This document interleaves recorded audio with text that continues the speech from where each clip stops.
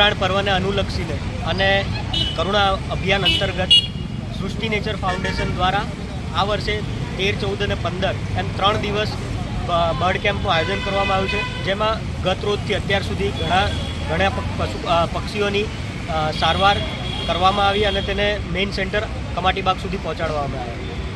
ઉત્તરાયણનો પર્વ હર્ષો ઉલ્લાસથી મનાવવો જોઈએ, પરંતુ આપણે સૌ મળીને ઘણી નાની બાબતોનું આપણે ધ્યાન રાખીએ તો આપણે ઘણા બધા અબોલ પક્ષીઓનો આપણે જીવ બચાવી શકીએ અને તેને ઘાયલ થતાં અટકાવી શકીએ.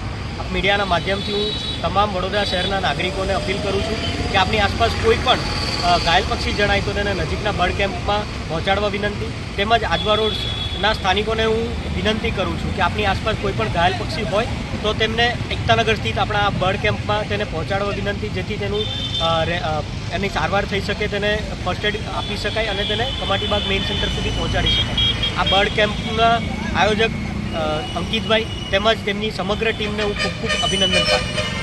વિશાલ પટેલ.